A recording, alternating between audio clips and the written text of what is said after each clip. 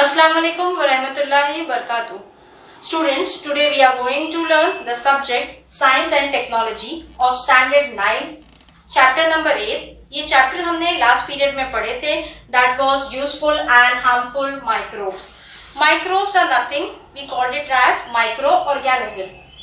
Last time हमने जो पढ़े थे that was the useful microorganism. Useful microorganism में हमने दो टॉपिक पढ़े थे. That was the lactobacilli and another topic जो हमने पढ़े थे दैट वाज द राइजोबियम.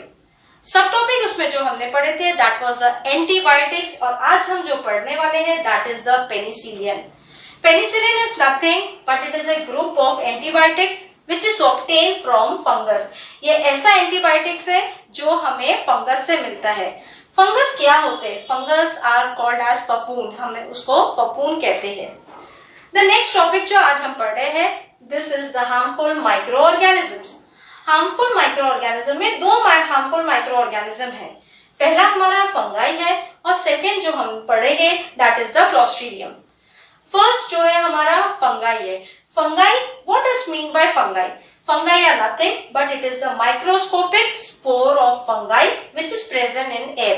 ऐसा फंगस है, ऐसे फंगाई है जो हमारे हवा में प्रेजेंट है जिसको हम फफून कहते हैं. ये माइक्रोस्कोपिक है. इसका मतलब ये बहुत ही माइन्यूट है जिसको हम कंपाउंड माइक्रोस्कोप से देखते हैं.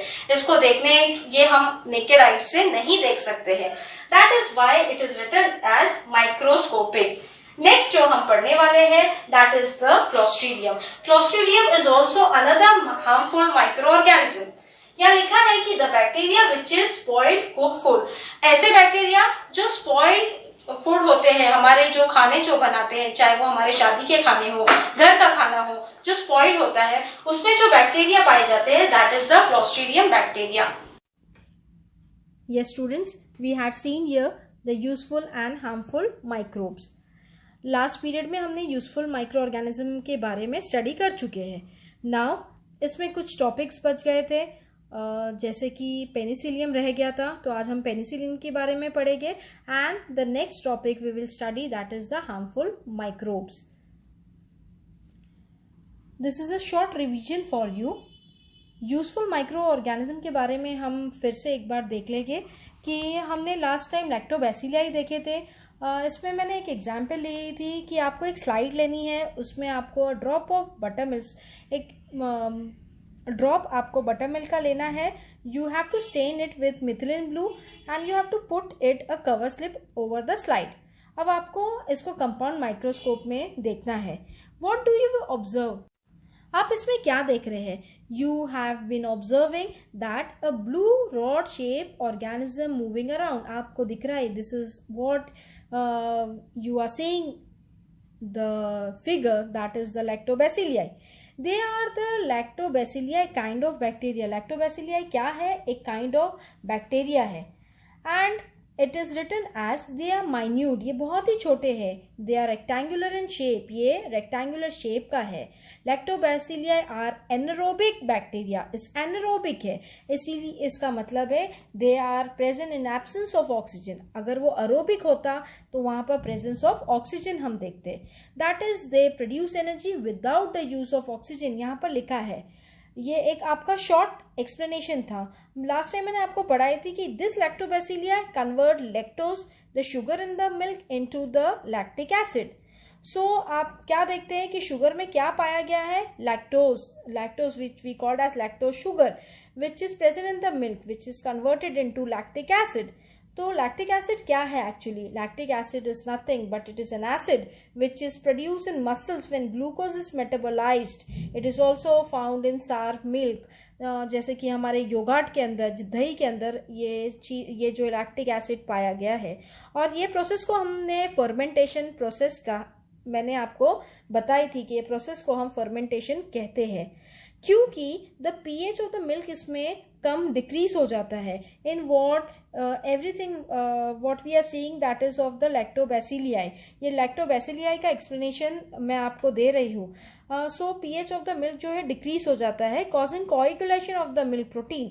कोएगुलेशन मतलब क्या? To change from liquid to more solid state. Liquid का थोड़े और सॉलिड स्टेट में आना, सेमी सॉलिड या में सॉलिड स्टेट में आना. जैसे जब हमारा दूध फटता है और दूध से जब वो दही में इट इज़ बीन कन्वर्टेड तो नीचे पानी हो जाता है और ऊपर जो है हमारा दूध हमें जब दिखता है।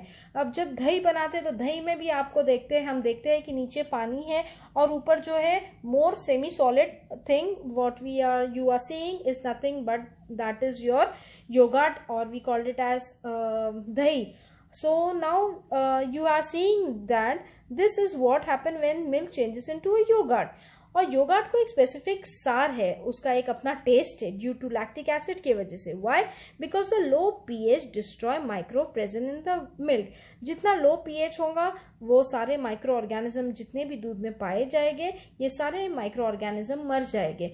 ऐसा भी जब हम दूध को बॉईल करते हैं तो एनी ऑफ द बैक्टीरिया या कोई भी माइक्रो ऑर्गेनिज्म अगर दूध में पाया गया है तो जब हम उसको बॉईल करते हैं तो एवरी माइक्रो ऑर्गेनिज्म, हर एक माइक्रो ऑर्गेनिज्म दूध के बॉईल करने पे मर जाते हैं। So this bacteria died away and everything what we are seeing that is the short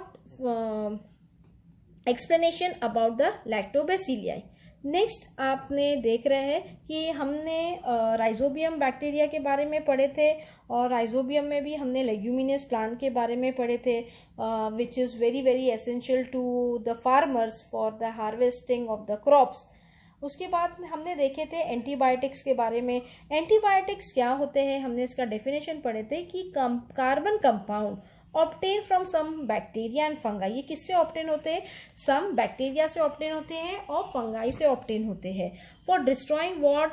for destroying or preventing the growth of harmful micro organism. जो micro organism की ग्रोथ होती है फॉर प्रिवेंटिंग, या तो उसका प्रिवेंशन करने के लिए या तो उसको डिस्ट्रॉय करने के लिए what of harmful micro organism, ऐसे को हम एंटीबायोटिक्स कहते हैं। दिस एंटीबायोटिक्स की डिस्कवरी जो है 20वीं सदी में हुई थी। Now it has been brought about a revolution in the field of medicines. Even a disease like TB, जिसको हम tuberculosis बोलते हैं, has been commonly completely eradicated from some countries. पहले जो है ट्यूबरक्लोसिस की, ये टीबी का कोई इलाज नहीं था, धीरे धीरे इसका इलाज आने लगा और अब ऐसा देखा गया है कि बहुत सारे कंट्रीज में से ये टीबी की बीमारी ही चले गई है। अब हम ये टीबी की बीमारी को नहीं देखते या उसका नामो निशान उस कंट्री से चला गया है। यहाँ पर लिखा है कि this antibiotics are sometime very useful और हमें इसको बिना कोई डॉक्टर के प्रिस्क्रिप्शन के या बिना प्रिस्क्रिप्शन के हमें कभी खाना नहीं चाहिए। Why? Because sometime this antibiotics are very useful और ज़्यादा इसकी क्वांटिटी में अगर हम उसको ले रहे हैं तो this might be harmful to our health. Next topic जो हम पढ़ेंगे that is our penicillin, the main topic.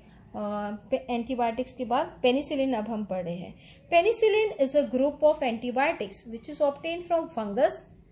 किससे मिला है हमें? ये एंटीबायोटिक है जो हमें फंगस से मिला है, फफूंद से मिला है। This Penicillium and is use for controlling the infection. ये क्या कंट्रोल कर? This Penicillium is use for what? It is use for controlling all the infection cause by the bacteria. कौन कौन से bacteria? Bacteria like स्टेफिलोकोकाई, clostridia, streptococci. ये सारे जो है ये नए नाम है आपके लिए और ये सारे बैक्टीरिया के नाम है। आप जब माइक्रोबायोलॉजी लेंगे students, this are all the bacteria. आप जब माइक्रोबायोलॉजी लेंगे सारे ये बैक्टीरियाज जो है उसमें आप ग्राम स्टेनिंग करेंगे या जब आप आगे की और जब पढ़ेंगे तो ये सारे तमाम बैक्टीरियाज के बारे में आपको स्टडी करनी पड़ेगी। So this स्टेफिलोकोकाई, clostridia and streptococci is a type of bacteria और ये इन्फेक्शन कंट्रोल करने के लिए इस्तेमाल करा जाता है। Medicine containing penicillin are used to treat what certain kind of bacterial infection. जैसे कौन कौन से इन्फेक्शन ट्रीट करने के लिए? जैसे हमारे कान के, नाक के, थ्रोट के, गले के, स्किन के, as well as the pneumonia and जब हमको फीवर आता है तो this penicillin helps in controlling all the infections जो हमको होता है।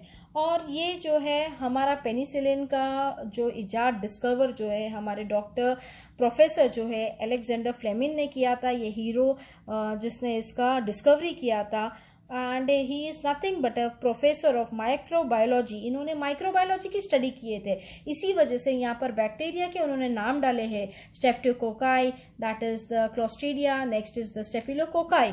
वाई? बिकॉज जो स्टूडेंट माइक्रोबायोलॉजी में स्टडी करता है ये तमाम जो है बैक्टीरिया के नाम आते हैं। ये सिर्फ 3 नाम यहाँ पर दिया है, सिर्फ तमाम बहुत सारे जो है बैक्टीरिया के नाम है। आप कभी गो थ्रू करेंगे नेट पे तो आपको बहुत सारे बैक्टीरियाज के नाम मिलेंगे। At where did he had studied? At Saint Mary hospital, and he had cultured variety of bacteria and fungi in the petri dish in his laboratory. और उसने ये सारी स्टडी कहाँ किया था? सेंट मेरी हॉस्पिटल में किया था। उसने जो है ये डॉक्टर अलेक्जेंडर फ्लेमिंग ने कल्चर किया था।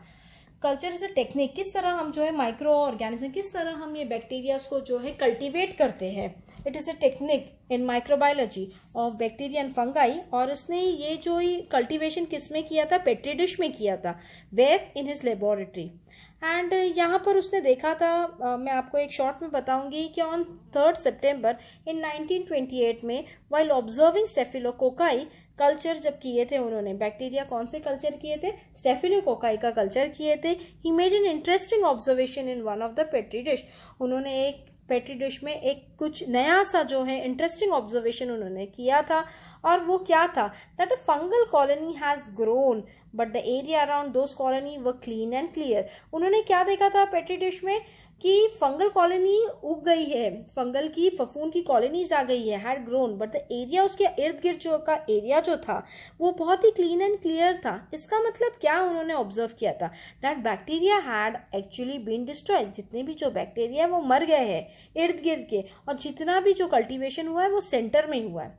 आफ्टर उन्होंने सोचा था कि he confirm that the fungus growing that was nothing but it was the penicillium and its secretion has destroyed the bacterial colonies। और जितने जो बाकी की कॉलोनीज को बैक्टीरिया ने क्या किया है? डिस्ट्रॉय कर दिया है।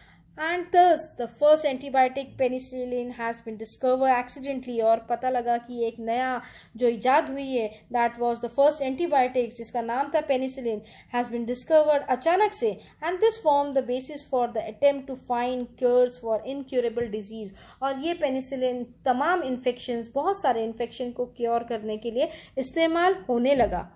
Shouldn't we always be grateful to Alexander Fleming for discovering the life-saving antibiotic? और ये ऐसा एंटीबायोटिक्स है, पेनिसिलिन इज एन एंटीबायोटिक्स, ऐसा एंटीबायोटिक्स है जिससे बहुत सारे जो है इन्फेक्शन, बहुत सारे ट्यूबरक्लोसिस, फीवर, सेक्रेट फीवर वगैरह जितनी भी फीवर होती है, ये सारे चीज़ें इसको क्योर कर सकता है। So this was everything about penicillin which I had been saying you.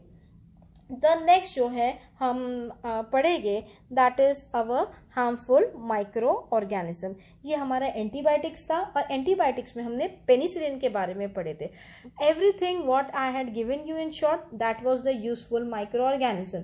लैक्टोबैसिलियाई हमने पढ़े, उसके बाद हमने जो नेक्स्ट टॉपिक पढ़े थे that was your rhizobium bacteria which is use for the farmer. And next हमने एंटीबायोटिक्स के बारे में देखे थे। एंटीबायोटिक्स में हमने पेनिसिलिन के बारे में पढ़े हैं। And now we are going to study about harmful micro organism. Harmful micro organism में first one is the fungi. इसमें दो हार्मफुल माइक्रो ऑर्गेनिज्म के बारे में पूरे लेसन में दिया है। The first one is the fungi and the next one is the clostridium. So fungi क्या है? फंगाई मतलब फफूंद। पहला क्वेश्चन यहाँ पर दिया है, Which changes do you notice in leather articles and gunny jute bags during the rainy season? आप देखते हैं कि रेनी सीजन का मौसम चल रहा है, आप देखते हैं कि हमारे लेदर के आर्टिकल्स हो या गनी जूट बैग्स हो गए, उसमें जो है भूर लगती है, ये फफूंद आते हैं। वाई? क्या चेंजेस देख रहे हैं आप? पहले ऐसा कभी नहीं होता था, क्यों ये रेनी सीजन में ऐसे चेंजेस आपको दिखाई देते हैं? सेकेंड क्वेश्चन लिखा है, For how long afterwards can you use those article? अब जब इस पे भूरी चढ़ गई है या फफूंद आ गए तो अब ये आर्टिकल्स को और आप कितने दिन चला सकते हैं, या आप कितने दिन और उसको यूज कर सकते हैं? How long afterwards can you use it? Third यहाँ पर क्वेश्चन लिखा है कि why do this articles not gate spoiled during the summer और विंटर सीजन, क्यों ये सारी चीज़ें, क्यों ये गनी बैग्स, क्यों ये लेदर के आर्टिकल्स या लेदर के बेल्ट्स या leather shoes, leather wallet etcetera, ये सारी चीज़ें समर और विंटर सीजन में ख़राब नहीं होते हैं। इसका रीज़न ये है कि समर में धूप होती है और विंटर में ठंडी होती है, तो ठंडी और गर्मी में ये जो है माइक्रो ऑर्गेनिज्म की ग्रोथ इतनी नहीं होती है। धूप की वजह से माइक्रो ऑर्गेनिज्म मर जाते हैं, लेकिन जब मॉइस्चर होते हैं, ठंडी होती है, तो इनका ग्रोथ फफूंद का बहुत ही फास्ट होता है, मल्टीपल होता है। लेबोरेटरी में भी आप जब एक्सपेरिमेंट करते हैं या आप देखते हैं कि हम एक रोटी का टुकड़ा अगर जार में कुछ दिन के लिए रखते हैं, तो after a week you see that colonies of the fungus has been develop, a variety of colonies has been developing. Why? Because इसका मॉइस्चर, इसकी पानी की नमी की वजह से इनकी कॉलोनीज मल्टीपल होती है, and that is nothing but this are all fungi. Explanation about fungi. So ये fungi is very harmful harmful to us. Why? इसका हम एक्सप्लेनेशन नेक्स्ट इसमें देख रहे हैं कि फंगाई या माइक्रोस्कोपिक, इसको हम कंपाउंड माइक्रोस्कोप में ही देख सकते हैं। We can not see with our naked eyes. और अगर जो चीज़ हम दो टाइप के माइक्रोस्कोप होते हैं, the first one is the compound microscope and the second one is the electron microscope. जो बैक्टीरिया या जो माइक्रो ऑर्गेनिज्म हम कंपाउंड माइक्रोस्कोप में नहीं देख सकते हैं, ऐसे माइक्रो ऑर्गेनिज्म को इलेक्ट्रॉन माइक्रोस्कोप में हम देखते हैं।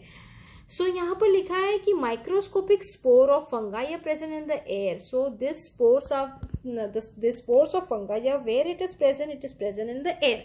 कब? If there is sufficient moisture, जब यहाँ पर पानी है, जब मॉइस्चर है, पानी की नमी है। Spores germinate on cotton fabric, जैसे कि ये सारी चीजें किस पे दिखाई देती है, फफूंद किस पे हमें दिखाई देता है, इट इज ये दिखाई देता है गनी बैग्स पे, लेदर आर्टिकल, वुडन आइटम। हम देखते हैं कि लकड़ों पे भी भूरी चढ़ती है। This fungal hyphae fibre of the fungus, जिसको हम कहते हैं, penetrate deep into the material, ये बहुत गहरी तक जाते हैं, गहराई तक जाते हैं, टू ऑब्टेन न्यूट्रिशन, उनको खाना है, ये इनका खाना है, एंड टू रिप्रोड्यूस मतलब it reproduce into a new individual. अब ये इंसान नहीं है, this a bacteria, so it get multiplied.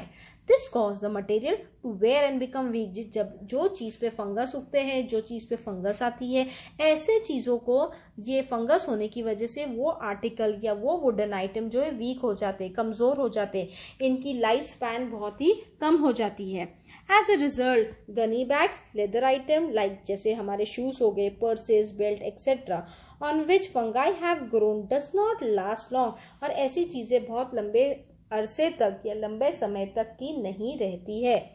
This become weak. Why? Because this wooden item also get spoiled. जितने भी लकड़ों की भी चीजें होती है, ये फंगाई की होने की वजह से, ये फफूंद के आने की वजह से ये तमाम चीजें वीक हो जाती है, कमजोर हो जाती है। नेक्स्ट हम देखेंगे कि ये फंगाई क्या है actually. Sometime you may notice a black powder or a white disc floating on the pickle or the murabba. Mummy हमारी अचार बनाती है या मुरब्बा बनाती है, तब आप देखते हैं कि उस पर भूर लग गई है। Why this happen? When a jar is open after a long time. आप देखेंगे बहुत दिनों तक आपने अचार नहीं खाया या मुरब्बा नहीं खाया, कुछ दिन के बाद या एक महीने के बाद आप जब देख रहे हैं तो इस पर फफूंद आ गए हैं। This fungi has been develop. What exactly is this? ये सब चीजें क्या है, क्या आप देख रहे हैं? Why are such food items not good to eat? अब जब इस पे भूरी चढ़ गई है, फंगाई आ गई है, तो why this items are not good to our health? क्यों हम इसको नहीं खा सकते हैं? What is the reason?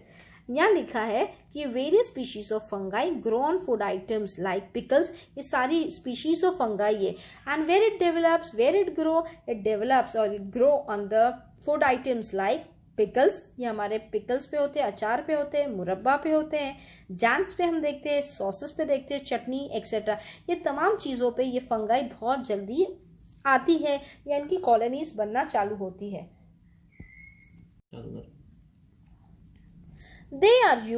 They use the nutrients in this food items for growth and reproduction. ये क्या करते हैं? ये सारे fungi it is present in the food material और ये उनका फंगाई का खाना है, and they grow and reproduction, they multiply, उनकी colonies multiply होती है। This fungi get doubled due to this activity. Fungi release mycotoxin. ये कौन से टॉक्सिन रिलीज करते हैं? They release some toxin create poisonous chemicals. और जो माइकोटॉक्सिन जो रिलीज करते हैं, they are nothing but they are the poisonous chemicals which is present, which is entering into the food और which is very very poisonous when we are consuming it. जब हम इसको खाते हैं, it is when it is present into the food and thus the food become poisonous. और ये food कैसा हो जाता है? It become very very poisonous.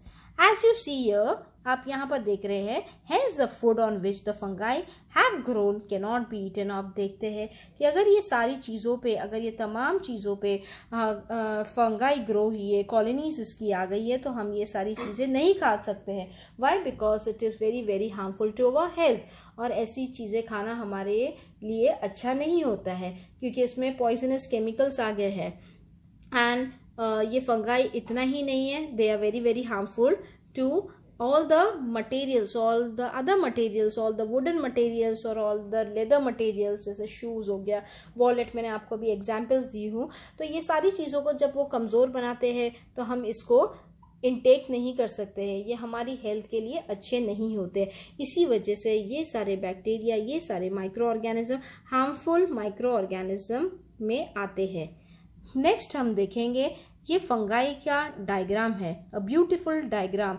It is a part of a fungus. आप देख रहे हैं कि ये फंगस का, एक फंगाई का डायग्राम है। ये ऊपर का हिस्सा जो आपको दिख रहा है, that we called it as cap. Cap जैसी, टोपी जैसी दिख रही है आपको। The lining portion is called as gills. The dotted point, it is the spores. The long जो आपको दिख रहा है, दैट इज द स्टॉक या स्टिप बोलते हैं।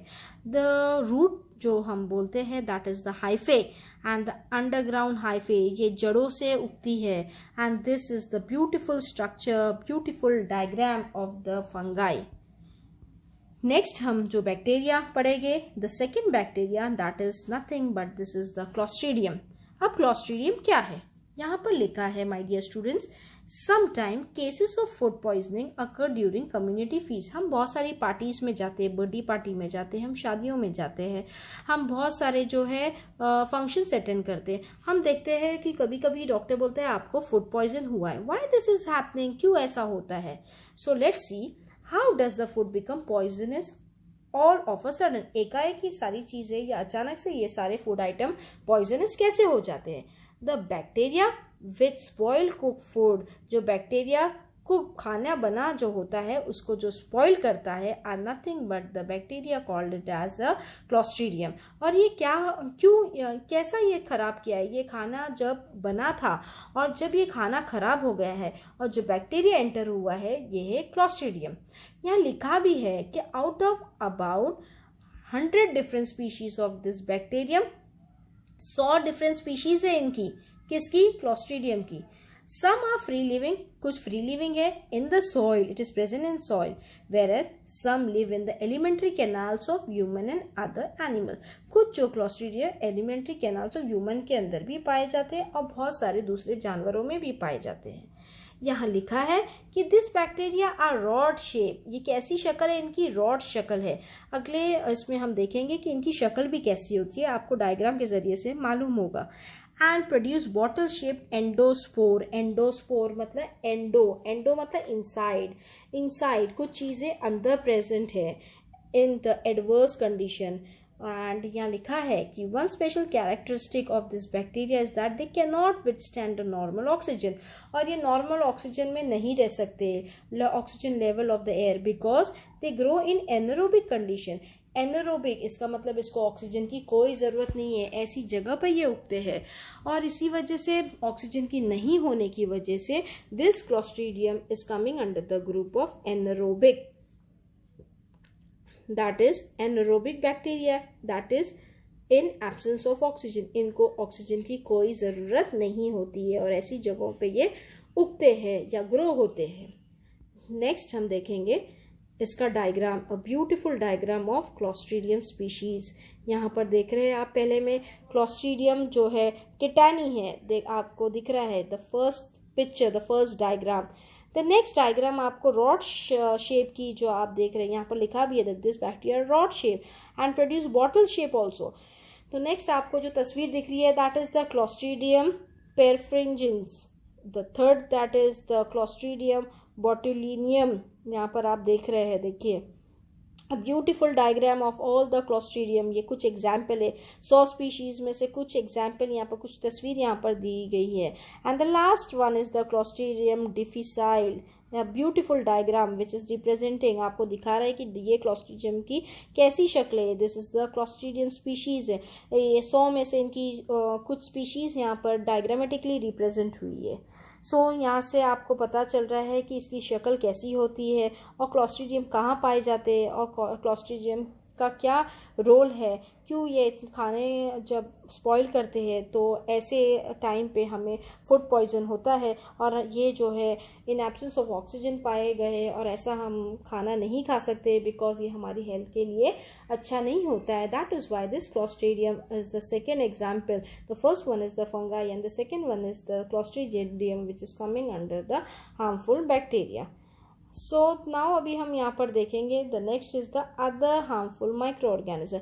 ये क्लोस्ट्रीडियम और फंगाई के अलावा भी और कोई माइक्रो ऑर्गेनिज्म है देखेंगे हम which is very very harmful to our health. Let's go through the point. Do only the clostridium bacteria cause illness? क्या सिर्फ क्लोस्ट्रीडियम बैक्टीरिया ही बीमारी फैलाता है? Other kind of microorganism like bacteria, बहुत सारे दूसरे भी बैक्टीरिया जो बीमारी फैलाते हैं, जैसे यहाँ लिखा है viruses. Next is the protozoa. अब आप कहेंगे प्रोटोजोआ में मैं एक आपको एग्जांपल दूंगी, अमीबा। अगर अमीबा एंटर्स होता है स्टमक में, it can cause diarrhoea, vomiting, और अगर इसको क्योर नहीं करेंगे तो it can also cause death. तो इतना डेंजरस होते हैं ये harmful micro organism. And fungi are also responsible for different diseases that affect human। और ये फंगाई आप देखते हैं, फंगल डॉक्टर बोलता है कि स्किन का इन्फेक्शन हो गया है, फंगल इन्फेक्शन हो गया है, तो हम देखते हैं ये बरसात के मौसम में, ये रेनी सीजन में कहीं जगह पर इंसान को जो है इचिंग होती है, ह्यूमंस को इचिंग होती है ये गीलेपन की वजह से, और डॉक्टर और आपको जिस्म पे जो है रिंग आने लगते हैं, आपको ईचिंग होने लगती है और डॉक्टर कहते हैं कि आपको फंगल इन्फेक्शन हो गया। So this bacteria, this fungi are also responsible for various disease that is affecting the humans. You have learn about various viruses के भी बारे में आपने पढ़ा है which are smaller than bacteria, से भी छोटे होते हैं। और मैं आपको हमेशा बताई हूँ कि ये bacteria all the microorganism which cannot be seen with our naked eyes can be seen under the microscope, that is the compound, और जो उससे भी जो minute होता है that is the viruses, it can be seen only under electron microscope। यहाँ लिखा है which are smaller than bacteria and can grow and reproducing only in living cell। now यहाँ पर लिखा है let us study how they are harmful to us। ये किस तरह हमारे लिए harmful है, किस तरह ये हमारे लिए नुकसानदेह है। तो हम यहाँ पर देखेंगे कि क्यों ये सारे माइक्रो ऑर्गेनिज्म हमारे लिए हार्मफुल है और क्यों ये हार्मफुल माइक्रो ऑर्गेनिज्म की ग्रुप में आते हैं। क्योंकि ये सारे जब चीज़ें, ये सारे माइक्रो ऑर्गेनिज्म जब खानों पे होते हैं या ह्यूमंस में होते हैं तो ये बहुत सारे इन्फेक्शन कॉज करते हैं और स्प्रेड करते हैं बहुत सारे डिजीजेस। जैसे कि आप देखेंगे तो एग्जाम्पल मैं आपको कहती हूँ, जैसे फंगल डिजीजेस होते हैं और तमाम डिजीजेस, ये जैसे डैंड्रफ होता है, रिंगवर्म होता है, स्केबीज होता है, ये ऐसे कुछ एग्जाम्पल है जो ये सारे बैक्टीरिया से होते हैं और ये हमारे जिस्म के लिए या ह्यूमंस के लिए बहुत ही हार्मफुल होते हैं। ये हमारा था other that is harmful micro organism. यहाँ पर हमारा लेसन कंप्लीट होता है माय डियर स्टूडेंट। हमने ये लेसन में बहुत सारे इंपॉर्टेंट पॉइंट्स, बहुत सारी इंपॉर्टेंट बातों के बारे में पढ़े थे। The first one is the useful micro organism and the second one was the harmful micro organism. और यहाँ पर हमने देखे थे फंगाई के बारे में और क्लोस्ट्रीडियम के बारे में। सो नेक्स्ट हम अब देखेंगे दैट इज अवर असाइनमेंट, जो आपको आपके नोटबुक में लिखना भी है। इसके आंसर्स नीचे दिए हैं और मैं पहला असाइनमेंट आपको पढ़ रही हूँ, इसका आंसर भी मैं बता रही हूँ आपको। The first one is the identify the odd word out and see. ये क्यों ऑड वन है और इसका क्या रीज़न है। फर्स्ट वन है pneumonia, diphtheria, chicken pox, cholera. So इसका आंसर है the odd one out is the cholera.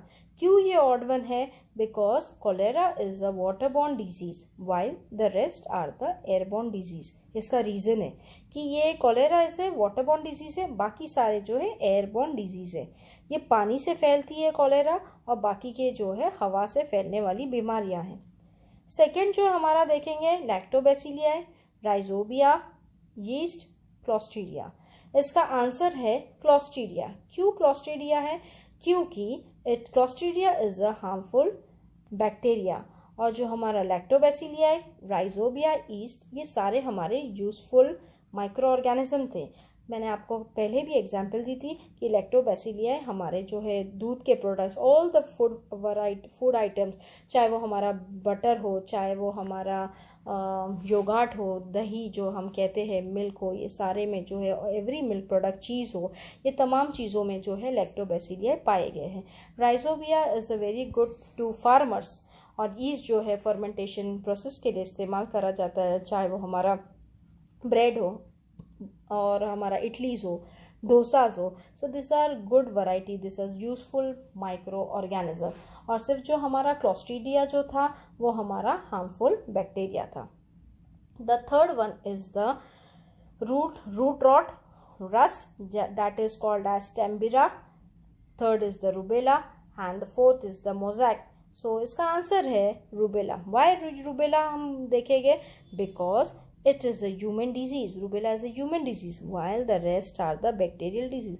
बाकी जो तमाम जो चीज़ें दी है वो बैक्टीरियल डिजीज है, सिर्फ अकेला जो हमारा रूबेला है it is a human disease. Next हम असाइनमेंट देखेंगे माय डियर स्टूडेंट्स। ये हमारा मैच द पेयर है। मैच द पेयर में first one is the rhizobium. Rhizobium का पहला आंसर है आपका B, that is the nitrogen fixation. इसका आंसर है बी, फर्स्ट का B. Next is the clostridium. Clostridium का आंसर है फूड पॉइजनिंग। जितने भी हमारे खाने होते हैं स्पॉइल्ड फूड में क्लोस्ट्रीडियम बैक्टीरिया पाया गया है। The third one is the Penicillium. Penicillium का आंसर है production of antibiotics. It is used in the production of all the antibiotics. And the last one is the yeast. yeast का answer है bakery products. चाहे हमारे, मैंने आपको कहा है कि all the बेकरी प्रोडक्ट्स, चाहे ये हमारा ये ब्रेड हो, कोई चीज़ हो, केक्स हो, पाव हमारे होते हैं, तो इसको फ्लफ़ी करने के लिए ईस्ट का इस्तेमाल करा जाता है। इट इज़ ये ब्रेड को सॉफ्टनेस देता है, स्पॉन्जी करता है। सो फोर्थ का हमारा आंसर था सी। नाउ इसमें दिया है गिव साइंटिफिक रीजन। आपको रीजन देना है। पहला आपका क्वेश्चन है foam accumulates on the surface of dal की for a long time in summer. गर्मियों के मौसम में अगर हम दाल को बहुत टाइम तक ऊपर रखते हैं तो इसमें जो है फोम आती है, इसमें फोम एक्यूमुलेट्स होती है, इसमें फोम जमा होती है। वाई, कि व्हाट इज द रीजन आपको लिखना है। और सेकेंड वाला है why are naphthalene balls keep with clothes to be put away. यहाँ लिखा है क्यों नेप्थलीन बॉल्स को क्लोथ्स में डालते हैं। Why are naphthalene balls keep with clothes to be put away. क्यों नेप्थलीन बॉल्स मतलब कापूर की गोलियों को क्यों कपड़ों में डाल के रखते हैं। Why are the naphthalene ball keep with the clothes to be put away. What is the reason behind this? You have to write the answer for this. And next is the so my dear students, बार बार हमारा ये जो yeast आते गए हैं, तो yeast are nothing but it is a unicellular fungus.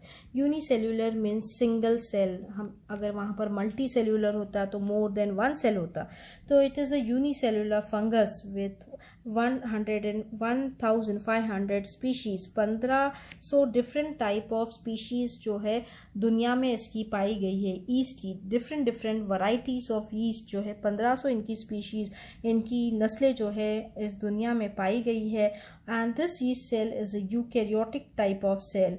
और ईस्ट सेल जो होते हैं वो ईस्ट जो होता है हमारे, जैसे मैंने आपको इससे पहले भी बोली हूँ, ये ब्रेड को और जितने भी केक्स को, पाव को स्पॉन्जी करने के लिए, फ्लफ़ी बनाने के लिए हेल्प करते हैं। So this yeast too helps in all the bakery products for being spongy and fluffy. आपको इसका रीज़न भी लिखना है. आपको राइजोबियम के बारे में मैं बताई हूँ कि it helps to the farmer, that is the rhizobium हमने देखे थे. और राइजोबियम जो हमने यहाँ पर देखे हैं is nothing but यहाँ पर लिखा है कि this rhizobium also plays a very important role for all the farmers. इसी वजह से it helps for all the leguminous plants के लिए. और ये राइजोबियम जो है it is a symbiotic bacteria, और symbiotic are nothing but it is a biological or a close prolonged association between two or more different organism of different species है ये. और यहाँ पर लिखा है कि दिस राइजोबियम जो है फार्मर्स को जब हेल्प करते हैं for all the leguminous plant. अब लेग्यूमिनस प्लांट जो होते हैं, it is a legume is a plant in the family Fabaceae और द फ्रूट और seed of such a plant. और जब ये when it is use as a dry grain the seed is called as a pulse, हम इसको कहते हैं. और ये राइजोबियम और rhizobia it require plant host, they can not independently fix nitrogen. So it plays a very important role, or it is very important for farmer for the harvesting. Harvesting ऐसा process है to collect the crops. Harvesting ऐसा process है जहाँ पर हम crop का collection करते हैं. एंड द नेक्स्ट हमने जो देखे थे that is the penicillin, one of the very important antibiotics. और लास्ट हमने देखे थे ईस्ट. तो यहाँ पर हमारा चैप्टर कंप्लीट होता है. हमने तमाम बातें जो है ये चैप्टर में पढ़े थे. That the first one was the useful micro organism. Useful मतलब फ़ायदेमंद, ऐसे माइक्रो ऑर्गेनिज्म जो हमारे लिए फ़ायदा पहुँचाते हैं. एंड द नेक्स्ट हमने पढ़े थे harmful micro organism, that means ऐसे माइक्रो ऑर्गेनिज्म जो हमारे लिए नुकसानदेह है. तो तमाम बातें, तमाम चीज़ें हमने ये लेसन में पढ़े थे. अब जो हम नेक्स्ट टॉपिक या नेक्स्ट लेसन जो अगले पीरियड में जो हम पढ़ेंगे वो है हमारा एनवायरमेंटल मैनेजमेंट. किस तरह हम एनवायरमेंट को मैनेज करते हैं. इसमें 4 पॉइंट्स इंपॉर्टेंट दिए गए हैं. The first one is the weather and climate. The second important point is solid waste management. The third हम देखेंगे मेट्रोलॉजी के बारे में. एंड द लास्ट टॉपिक हम देखेंगे डिज़ास्टर मैनेजमेंट के बारे में. तो अगले लेक्चर में हम नेक्स्ट जो लेसन स्टार्ट करेंगे that is the chapter number 9 which is environmental management. और ये सारी बातें हम इम्पॉर्टेंट पॉइंट्स है ये चैप्टर के जो हम पढ़ेंगे और देखेंगे कि वेदर क्यों इतना इम्पॉर्टेंट है, क्या इसमें मेन टॉपिक्स है, क्यों, what is the definition of a climate, what is metrology, what is disaster management. और इसी तरह से हमने चैप्टर नंबर 8 को कंप्लीट किए हैं. हमारा खुद टॉपिक का नाम ही सजेस्ट किया गया था. It was the chapter number 8 that is was useful and harmful microbes या useful and harmful micro organism. Here we had completed the chapter